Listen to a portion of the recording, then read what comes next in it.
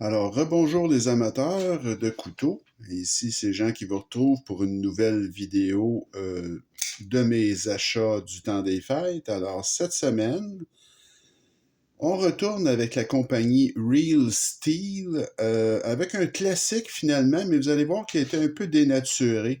Donc, c'est le Luna, Luna, mais dans sa forme Eco, et c'est une version de ce couteau-là qui possède un mécanisme de fermeture de cadre. Donc, parce qu'initialement, ce couteau-là, le Luna, qui existe depuis très longtemps, qui est un design très classique, un petit gentleman folder, là, dans le fond, c'est ce qu'on appelle en anglais un slip joint. Donc, c'est un couteau qui ne ferme, qui n'a pas de mécanisme de fermeture, il barre pas, autrement dit. Là. Il n'y a pas de liner lock, de mécanisme de cadre ou quoi que ce soit d'autre. C'est tout simplement un couteau qu'on ouvre, qui a certains crans d'arrêt, mais qui ne barre pas. Il n'y a pas de fermeture, de mécanisme de verrouillage. Bon.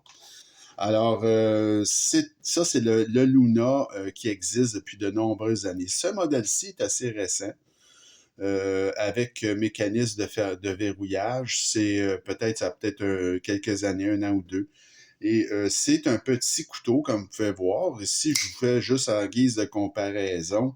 Vous avez le CJRB RIA, qui est un autre couteau qu'on pourrait dire le Gentleman Knife, là.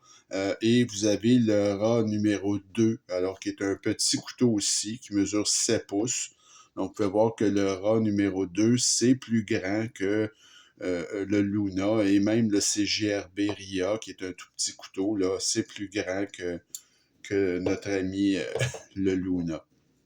Alors, c'est pas un gros couteau, là. Et on va tout de suite passer aux spécifications. Alors, c'est un couteau qui fait 6,62 pouces ou 16,81 cm. Une lame de 2,8 pouces ou 7,1 cm. Ça pèse dans cette version-ci, qui est plutôt lourde, 2,9 onces ou 82 grammes, mais je vous assure qu'il y a des versions non verrouillables, là, slip joint, qui pèsent 1 once et demi. Donc, au niveau du mécanisme de l'action, c'est un mécanisme de rondelle de bronze.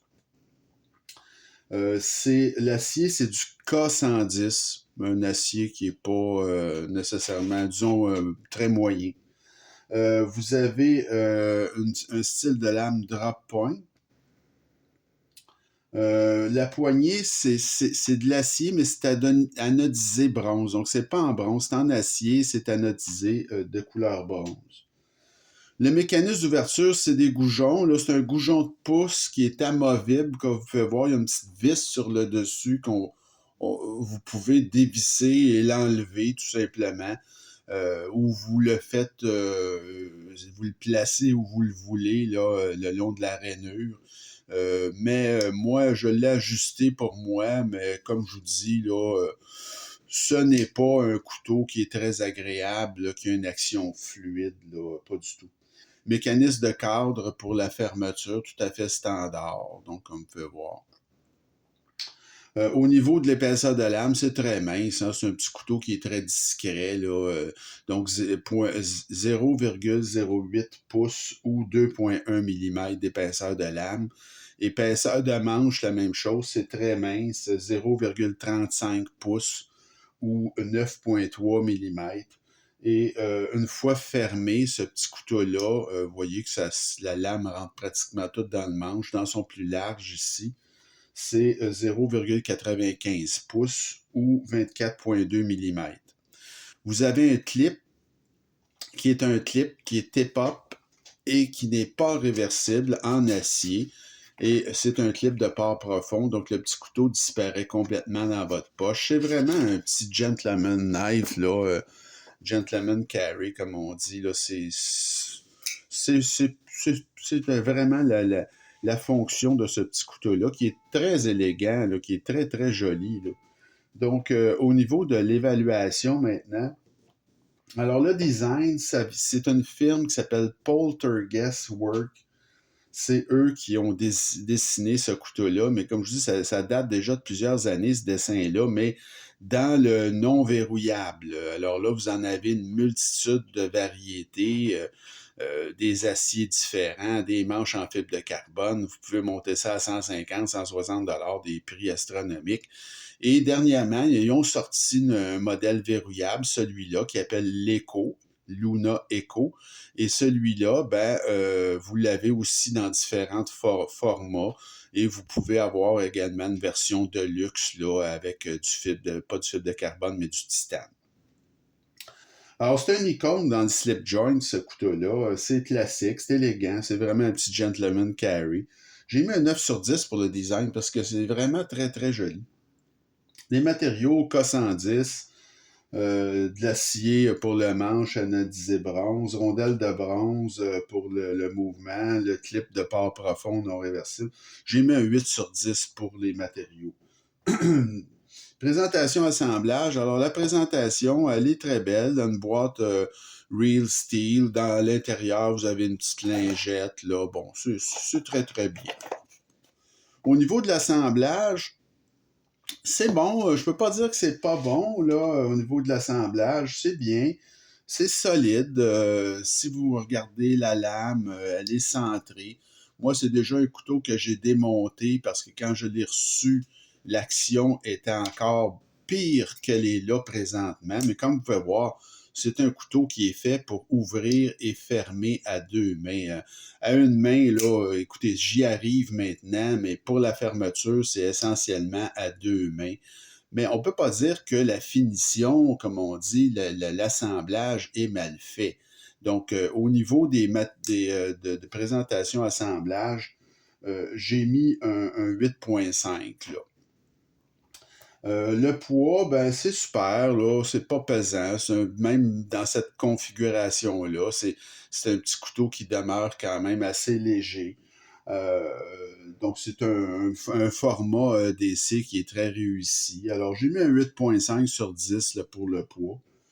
L'action, comme je vous dis, là, c'est une action qui est très moyenne. C'est une action qui, dans le fond, c'est fait pour être opéré à deux mains, ce petit couteau-là. On voit là que c'est un petit couteau qui a une vocation, là, qui est beaucoup plus adapté, en fait, au non verrouillable, le slip joint, comme on appelle en anglais. Alors là, cette version-ci, moi, je me questionne à savoir pourquoi ils ont sorti ça, mais en tout cas. C'est correct. L'accès à la barre de verrouillage, elle est bonne.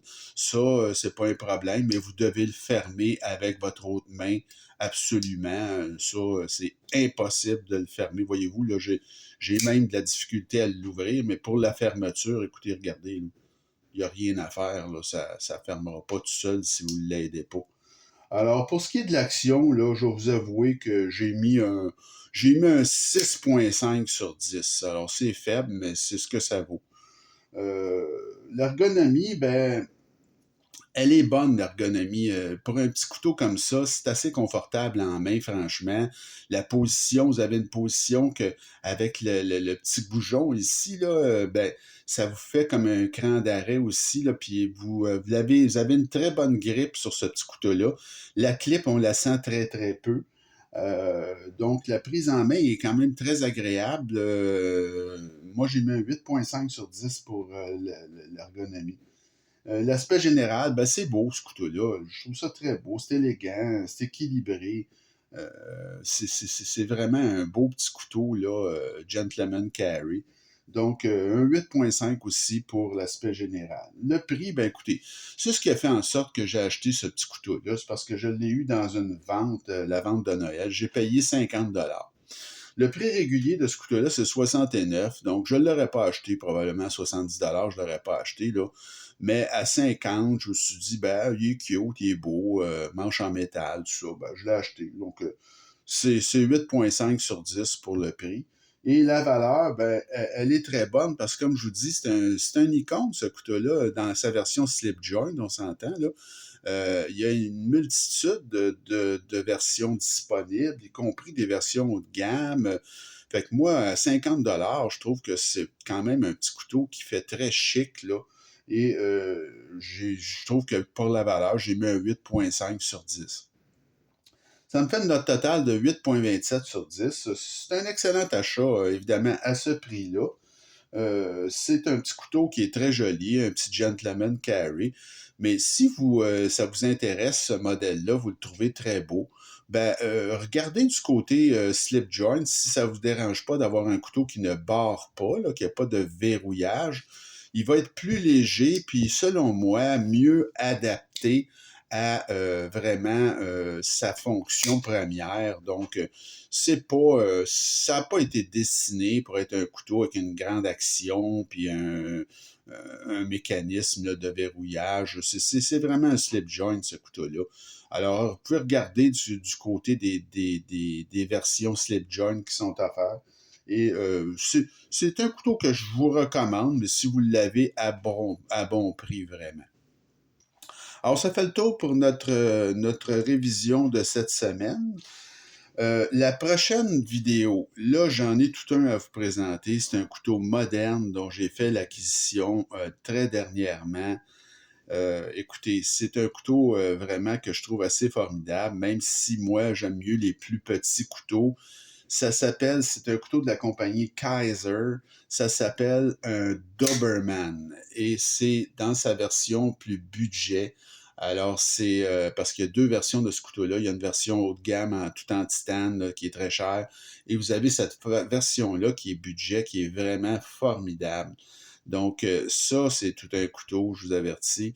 Alors, le Kaiser Doberman, lui, c'est vraiment un pleine grandeur, comme vous pouvez voir. C'est un très grand couteau. Mais il n'est pas juste grand. Il y a vraiment des qualités qui sont remarquables.